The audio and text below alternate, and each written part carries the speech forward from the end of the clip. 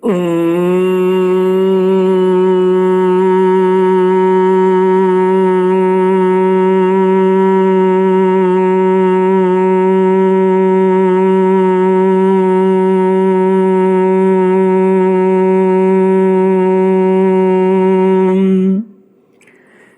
गुरुचरण कमलेभ्यो नमः। श्री गणेशाय नमः। श्री सरस्वत्यै नमः। श्री विष्णवे नमः। श्री कृष्ण गोविंद हरे मुरारे। हे नाथ नारायण वासुदेव। श्री कृष्ण गोविंद हरे मुरारे। हे नाथ नारायण वासुदेव। हे नाथ नारायण वासुदेव। हे नाथ नारायण वासुदेव। हे नाथ नारायण वासुदेव। श्री कृष्ण गोविंद हरे मुरारे। हे नाथ नारायण वासुदेव। ओम नमो भगवते वासुदेवाय। ओम नमो भगवते वासुदेवाय। ओम नमो भगवते वासुदेवाय। ओम नमो भगवते वासुदेवाय। ओम नमो भगवते वासुदेवाय। ओम नमो भगवते वासुदेवाय। कृष्णाय वासुदेवाय हरये परमात्मने प्रणतक्लेशनाशाय गोविन्दाय नमो नमः। कृष्णाय वासुदेवाय देवकी नंदनाय च नंदगोपकुमाराय गोविन्दाय नमो नमः। सच्चिदानन्दरूपाय विश्वोत्पत्त्यादिहेतुवे तापत्रयविनाशाय श्रीकृष्णाय वयं नमः। सच्चित आनंद स्वरूप परमात्मा जो सृष्टि के उत्पत्ति पालन और श्रृंगार करता है तथा जीवों के आध्यात्मिक आदि दैविक आदि भौतिक तापों को नष्ट करने वाले हैं, अर्थात जीवों के मानसिक शारीरिक और भौतिक दुखों को दूर करने वाले हैं, उन श्री कृष्ण भगवान को हम नमस्कार करते हैं। श्री कृष्ण गोविंद हरे मुरारे। हे नाथ नारायण वासुदेव। श्रीमद्भागवत दशम स्कंद अथ सप्तत्रिंशोऽध्यायः। श्री शुक उवाच केशी तु कंस प्रहिता खुरैर्महीम् महाहयो निर्जरयन् मनोजवः सटाबधूताभ्रविमानसङ्कुलम् कुर्वन्नभो हेषितभीषिताखिल। श्रीमद्भागवत 10वां स्कंद 37वां अध्याय।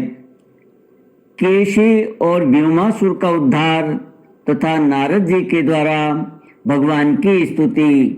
श्री सुखदेव जी कहते हैं, परीक्षित, कंस ने जिस केशी नामक दैत्य को भेजा था वह बड़े भारी घोड़े के रूप में मन के समान वेग से दौड़ता हुआ व्रज में आया। वह अपनी टापों से धरती खोदता आ रहा था। उसकी गर्दन के छितराए हुए बालों के झटके से आकाश के बादल और विमानों की भीड़ तितर बितर हो रही थी। उसकी भयानक हिनहिनाहट से सब के सब भय से कांप रहे थे। उसकी बड़ी बड़ी आंखें थीं, मुंह क्या था, मानो किसी वृक्ष का खोडर ही हो। उसे देखने से ही डर लगता था। बड़ी मोटी गर्दन थी, शरीर इतना विशाल था कि मालूम होता था काली काली बादल की घटा है। उसकी नीयत में पाप भरा था। वह श्री कृष्ण को मारकर अपने स्वामी कंस का हित करना चाहता था। उसके चलने से भूकंप होने लगता था। भगवान श्री कृष्ण ने देखा कि उसकी हिनहिनाहट से उनके आश्रित रहने वाला गोकुल भयभीत हो रहा है और उसकी पूंछ के बालों से बादल तितर बितर हो रहे हैं तथा वह लड़ने के लिए उन्हीं को ढूंढ भी रहा है। तब वे बढ़कर उसके सामने आए और उन्होंने सिंह के समान गरज कर उसे ललकारा। भगवान को सामने आया देख वह और भी चिढ़ गया तथा उनकी ओर इस प्रकार मुंह फैलाकर दौड़ा मानो आकाश को पी जाएगा। परीक्षित, सचमुच केशी का वेग बड़ा प्रचंड था। उस पर विजय पाना तो कठिन था ही, उसे पकड़ लेना भी आसान नहीं था। उसने भगवान के पास पहुंचकर दुर्लत्ती झाड़ी, परंतु भगवान ने उससे अपने को बचा लिया। भला वह इंद्रियातीत को कैसे मार पाता। उन्होंने अपने दोनों हाथों से उसके दोनों पिछले पैर पकड़ लिए और जैसे गरुड़ सांप को पकड़कर झटक देते हैं उसी प्रकार क्रोध से उसे घुमाकर बड़े अपमान के साथ 400 हाथ की दूरी पर फेंक दिया और स्वयं अकड़ कर खड़े हो गए। थोड़ी ही देर के बाद केशी फिर सचेत हो गया और उठ खड़ा हुआ। इसके बाद वह क्रोध से तिल मिलाकर और मुंह फाड़कर बड़े वेग से भगवान की ओर झपटा। उसको दौड़ते देख भगवान मुस्कुराने लगे। उन्होंने अपना बायां हाथ उसके मुंह में इस प्रकार डाल दिया जैसे सर्प बिना किसी आशंका के अपने बिल में घुस जाता है। परीक्षित, भगवान का अत्यंत कोमल कर कमल भी उस समय ऐसा हो गया मानो तपाया हुआ लोहा हो। उसका स्पर्श होते ही केशी के दांत टूट टूट कर गिर गए और जैसे जलोदर रोग उपेक्षा कर देने पर बहुत बढ़ जाता है, वैसे ही श्री कृष्ण का भुजदंड उसके मुंह में बढ़ने लगा। अचिंत्य शक्ति भगवान श्री कृष्ण का हाथ उसके मुंह में इतना बढ़ गया कि उसकी सांस की भी आने जाने का मार्ग न रहा। अब तो दम घुटने के कारण वह पैर पीटने लगा। उसका शरीर पसीने से लथपथ हो गया। आंखों की पुतली उलट गई। वह मल त्याग करने लगा। थोड़ी ही देर में उसका शरीर निश्चेष होकर पृथ्वी पर गिर पड़ा तथा उसके प्राण पखेरु उड़ गए। उसका निष्प्राण शरीर फूला हुआ होने के कारण गिरते ही पक्की ककड़ी की तरह फट गया। महाबाहु भगवान श्री कृष्ण ने उसके शरीर से अपनी भुजा खींच ली। उन्हें इससे कुछ भी आश्चर्य या गर्व नहीं हुआ। बिना प्रयत्न के ही शत्रु का नाश हो गया।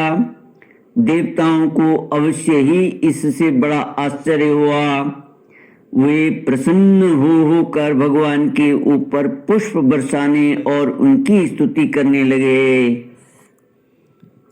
श्री कृष्ण गोविंद हरे मुरारे, हे नाथ नारायण वासुदेव।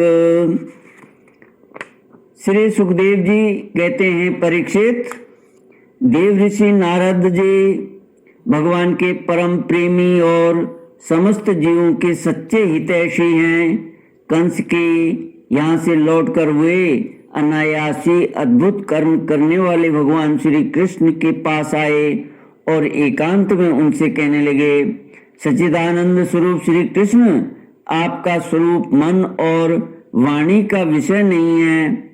आप योगेश्वर हैं, सारे जगत का नियंत्रण आप ही करते हैं। आप सबके हृदय में निवास करते हैं और सब के सब आपके हृदय में निवास करते हैं। आप भक्तों के एकमात्र वांछनीय यदुवंश शिरोमणि और हमारे स्वामी हैं। जैसे एक ही अग्नि सभी लकड़ियों में व्याप्त रहती है, वैसे ही एक ही आप समस्त प्राणियों के आत्मा हैं। आत्मा के रूप में होने पर भी आप अपने को छिपाए रखते हैं, क्योंकि आप पंचकोश रूप गुफाओं के भीतर रहते हैं। फिर भी पुरुषोत्तम के रूप में, सबके नियंता के रूप में और सबके साक्षी के रूप में आपका अनुभव होता ही है।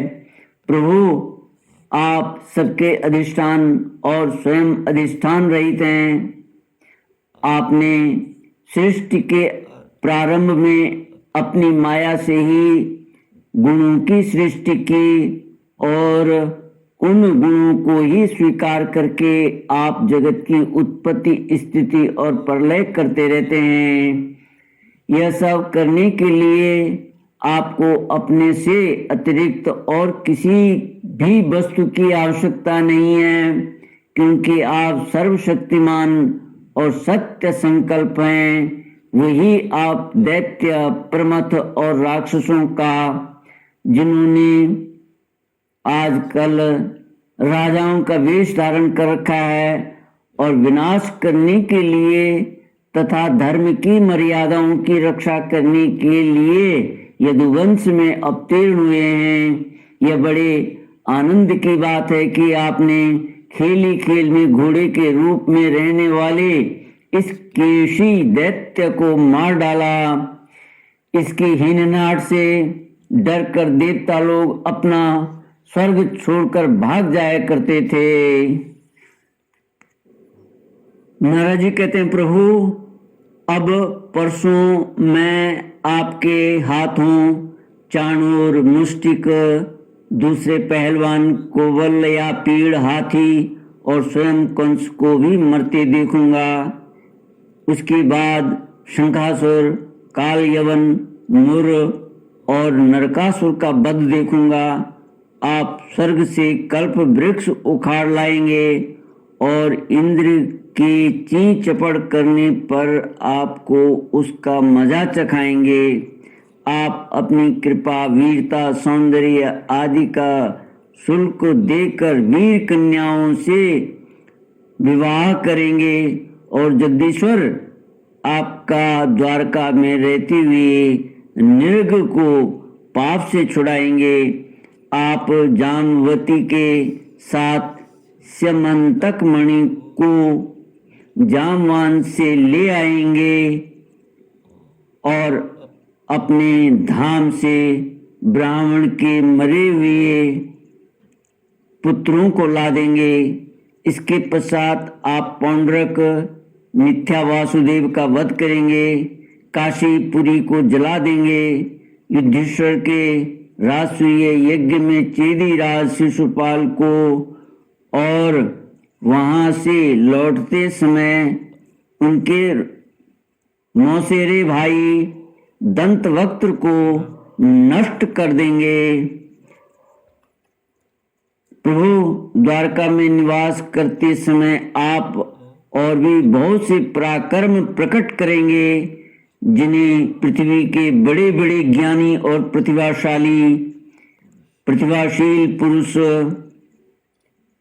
आगे चल कर गाएंगे। मैं वह सब देखूंगा। इसके बाद आप पृथ्वी का भार उतारने के लिए काल रूप से अर्जुन के सारथी बनेंगे और अनेक अक्षौहिणी सेना का संहार करेंगे। यह सब मैं अपनी आंखों से देखूंगा। प्रभु, आप विशुद्ध विज्ञान घन हैं। आपके स्वरूप में और किसी का अस्तित्व है ही नहीं। आप नित्य निरंतर अपने परमानंद स्वरूप में स्थित रहते हैं, इसलिए सारे पदार्थ आपको नित्य प्राप्त ही हैं। आपका संकल्प अमोघ है। आपकी चिन्मयी शक्ति के सामने माया और माया से होने वाला यह त्रिगुणमय संसार चक्र नित्य निवृत्त है, कभी हुआ ही नहीं। ऐसे आप अखंड एक रस सच्चिदानंद स्वरूप निरतिशय ऐश्वर्य संपन्न भगवान की मैं शरण ग्रहण करता हूँ। आप सबके अंतर्यामी और नियंता हैं। आप अपने में आप में स्थित परम स्वतंत्र हैं। जगत और उसके अशेष विशेषों भाव अभाव रूप सारे भेद विभेदों की कल्पना केवल आपकी माया से ही हुई है।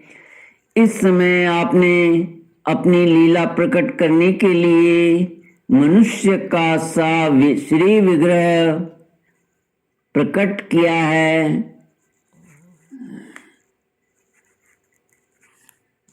और आप यदु विष्णु तथा सात्वत वंशियों के शिरोमणि बने हैं। प्रभु, मैं आपको नमस्कार करता हूँ।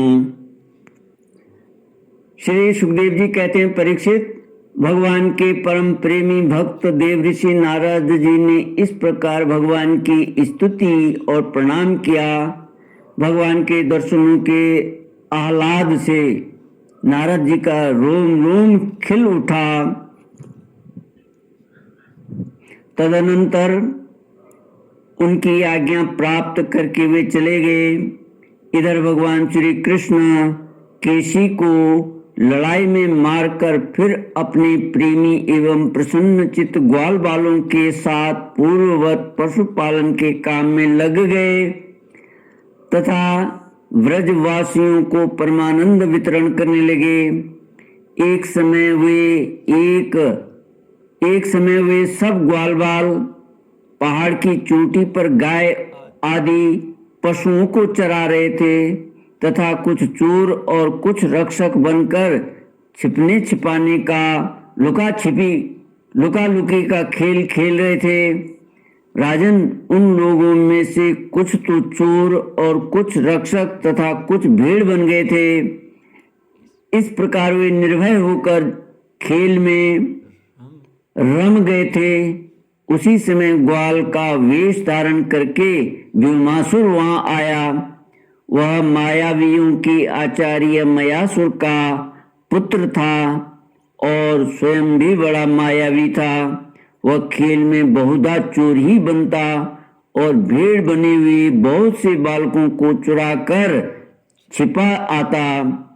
वह महान असुर बार बार उन्हें ले जाकर एक पहाड़ी की गुफा में डाल देता और उसका दरवाजा एक बड़ी चट्टान से ढक देता।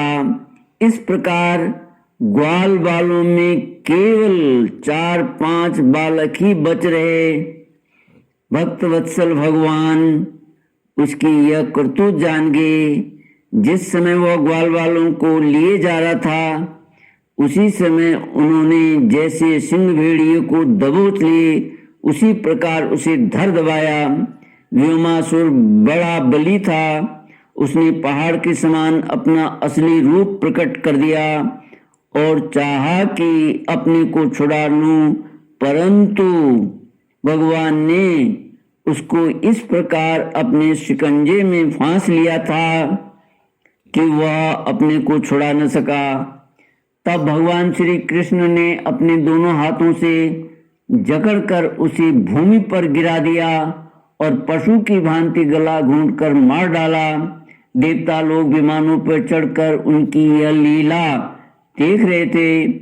अब भगवान श्री कृष्ण ने गुफा के द्वार पर लगे हुए चट्टानों के पिहान तोड़ डाले और ग्वाल वालों को उस संकटपूर्ण स्थान से निकाल लिया। बड़े बड़े देवता और ग्वालवाल उनकी स्तुति करने लगे और भगवान श्री कृष्ण व्रज में चले आए। श्री कृष्ण गोविंद हरे मुरारे, हे नाथ नारायण वासुदेव। इति श्रीमद्भागवते महापुराणे पारमहंस्यां संहितायां दशमस्कन्धे पूर्वार्धे व्योमासुरवधो नाम सप्तत्रिंशोऽध्याय। ओम पूर्णमद पूर्णमिदं पूर्णात् पूर्णमुदच्यते पूर्णस्य पूर्णमादाय पूर्णमेवावशिष्यते।